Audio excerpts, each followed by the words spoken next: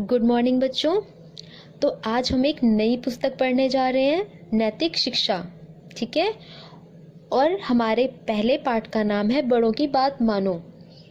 तो कहानी बहुत अच्छी है, तो सभी बहुत ध्यान से सुनना। ठीक है। एक बार गांव में भयंकर सूखा पड़ा। गांव के सभी कुएं व तालाब सूख गए। गांव वाले परेशान होकर मुखिया जी के पास गए और गांव छोड़ने के लिए कहा। मुखिया जी ने कुछ दिन उन्हें ठहरे रखने को कहा, परंतु गांव के कुछ नौजवान मुखिया जी की बातों से नाराज हो गए। वे जोश जोश में बैलगाड़ी पर बैठकर गांव छोड़कर चल दिए। मुखिया जी ने जब उन्हें रोककर सलाह देनी चाही तो वे कहने लगे, मुखिया जी, आप तो बूढ़े हो गए हो, आपकी बुद्धि सठिया गई है, हमें आपकी सलाह नहीं चाहिए। हम अपने परिवार के साथ गांव छोड़कर जा रहे हैं। आप लोगों को चलना हो तो चलो, नहीं तो यहीं भूखे मरो। कुछ महीने इंतजार करने पर भी जब वर्षा नहीं हुई तो मुखिया जी ने गांव वालों को बुलाया और कहा, अब हमें भी यह गांव छोड़ना होगा। ठीक है, नहीं तो जान बचाना मुश्किल हो जाएगा। मैंने इतने दिनों में जानकारी प्राप्त कर ली है कि हमें सुविधाएं कहाँ मिलेंगी। हम अपने गांव से बहुत दूर रेगिस्तान पार करके सोमपुर गांव में जाएंगे। वहाँ जल का भंडार है और खाने की भी कमी नहीं है।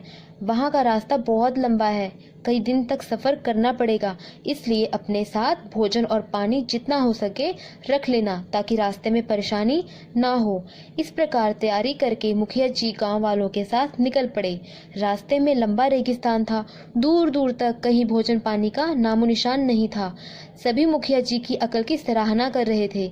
मुखिया जी की सूझबूझ के कारण उनके पास खाने पीने की कमी न थी।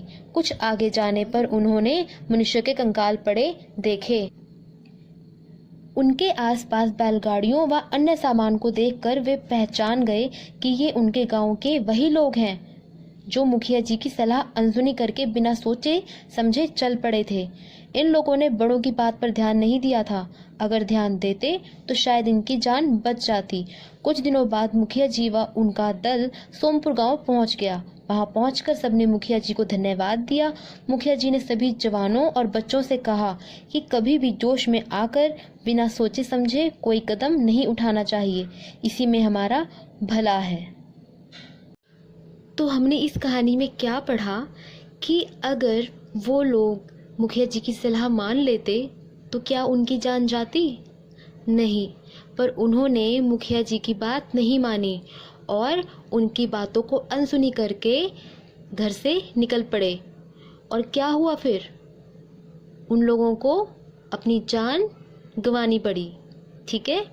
तो इस कहानी से हमें ये शिक्षा मिलती है कि हमेशा हमारे जो बड़े होते हैं वो हमेशा हमारा भला चाहते हैं और हमेशा हमें उनकी सलाह सुननी चाहिए। उनकी बातों को कभी अनसुना नहीं करना चाहिए, क्योंकि जो अपने से बड़ों की बातों को मानता है वो हमेशा सुरक्षित रहता है, और जो उनकी बातों को नहीं मानता वो किसी न किसी मुसीबत में फंस जाता है। तो बच्चों, आप सभी को ये कहानी कैसी लगी? इसको और अच्छे से समझने के लिए आप कहानी को घर पे खुद भी पढ़ें। ठीक है। Thank you.